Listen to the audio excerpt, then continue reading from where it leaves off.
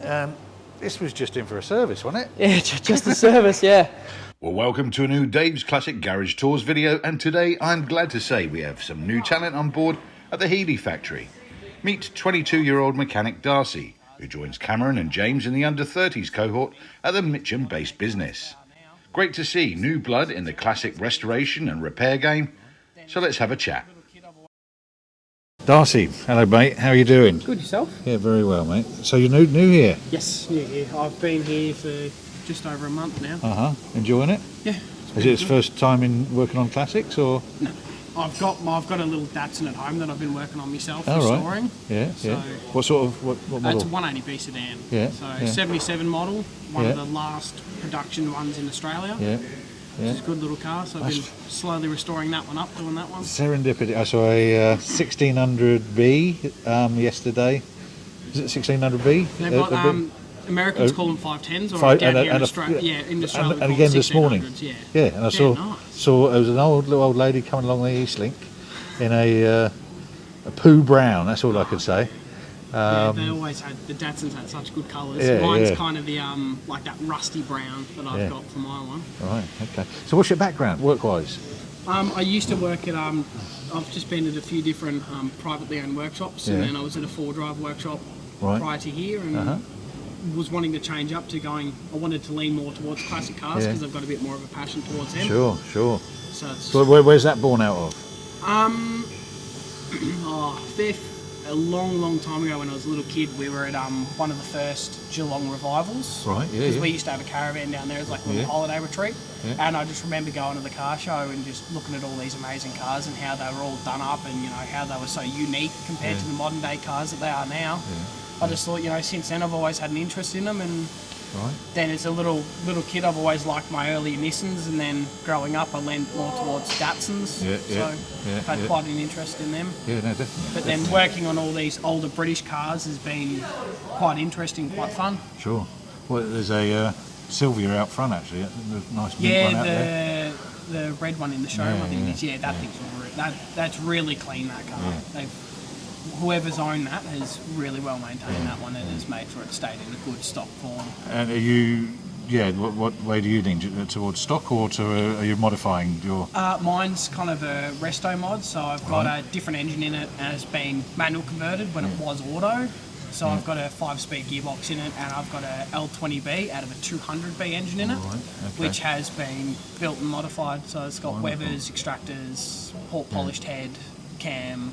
It's got the full works to the end. So how long have you been getting your hands dirty then? Before you left school, or? I dropped out of school to chase after an apprenticeship in automotive, which kind of everyone was like, you should really stay at school. You should keep that going. But I just thought, no, I'll rather drop out and pursue a career, and I was able to do that. Luckily, got a good opportunity, and I've had a few good opportunities since then, and this is one of them. Yeah, great stuff. So luckily scored this job, which was perfect timing. When I was looking at leaving, I was leaning more towards finding classic car workshop. Wonderful. And I saw that they were advertising here. Yeah, great stuff.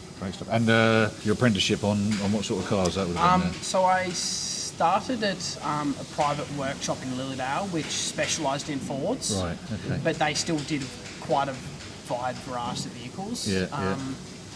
But then kind of went from there, went to another workshop which didn't last too long, and then I moved on to 4-wheel drives, and I just stayed there for a little bit just to keep it out and stick it out for during while the COVID time happened. And then now, since COVID's gone off, I've been able to pursue what I wanted to pursue, and luckily I was able to come here. And the variety that you're going to see coming through here is going to be the joy.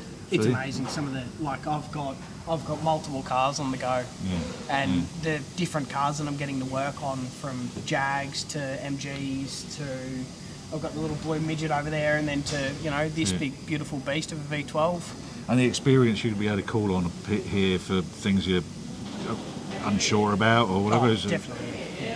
So everyone here's got the passion, and everyone here's more than happy to help everyone. Great stuff. Yeah, it's wonderful. Great stuff. Right, nice one. I'll see you around. Nah, it's all good. We'll definitely see you around soon enough too. Yeah, great stuff. Cheers, mate. Thank you. Nah, anytime.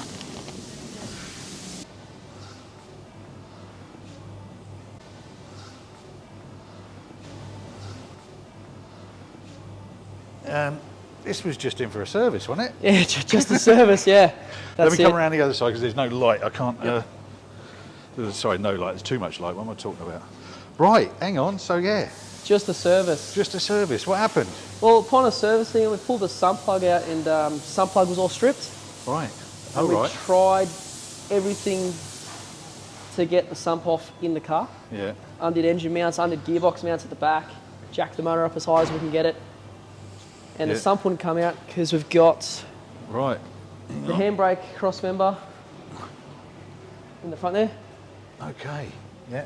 So obviously that's welded into the chassis, so we couldn't remove that to get the sump out. Yeah. So it was actually relatively quick and easy to get the engine out of the car with the gearbox still attached to it. Right. So presumably making it, that leaves you free and easier to do which things, it was good once we got it out. We noticed a couple other things. The customer wanted us to check the clutch because it's an original 28,000 mile, well, believed to be original 28,000 mile car. Wow. 20, beautiful. And looking inside the engine, we had to do rocker covers, fix the sump, so we had all of that off. And inside the engine, it was beautiful, like no oil build up, nothing like that, which was nice to see. And the clutch was right down to the rivets. I'll show you the clutch. It was right down. This is somebody's drive. Right down to the rivets. Oh, hang on, turn around. We'll just, okay, yes. So another week or 2 weeks, the driver it would have picked up and would have been a lot more expensive to fix. Right, yeah. Oh, somebody had a heavy left foot, eh? Yeah, that's not too bad. 28,000 mile, original car from 72, I believe it is. Yeah, a lingering left foot. Yeah, that's it. Yeah, yeah. So did a clutch, machined the flywheel, resealed the whole gearbox. That was his main concern. He was really concerned about the ZF box because it was leaking and how expensive these gearboxes are. Yeah. So we pulled all the back plating off, pulled the side plates off to get to the diff, resealed the whole gearbox, checked all the bearings while we were at it, and everything seems really nice inside. Cool. Okay. While the engine was out, we had the distributor checked. Oops.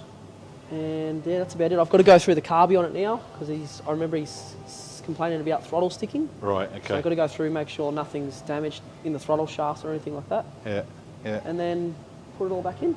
Great stuff. Okay. And then get onto the suspension work. Oh, right. Yeah. More. Sorry, that's even, There's more work on it, yeah. Going through the servicing on it.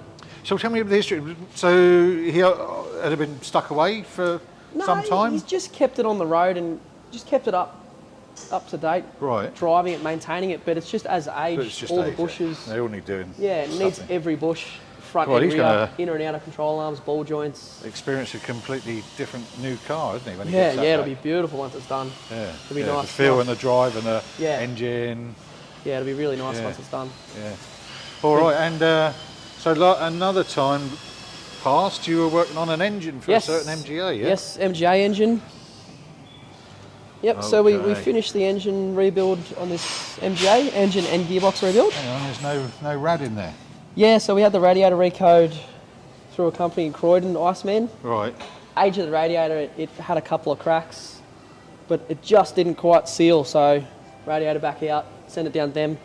And also we noticed the master cylinder was leaking on it as well, which that was another complaint when the engine came in for Rico. He wanted us to redo the master cylinder and paint the top of the engine bay, which we had all done through the resto shop. Right, okay. But it was leaking again, so I pulled that out and sent that off. But apart from that, it's finished. Yeah. So hopefully get that back this week, next week, put it all back in, and then the customer can have his car. Yeah. She's a beauty. I wouldn't say it's quite top-down weather just yet, but we're getting there. Anyway, and he's left us for the moment. Darcy's got another youngster coming, eh? Yeah, no, it's good, yeah. If you love this video, you're going to absolutely love this one. So click on the screen and watch that, and I'll see you in the next video.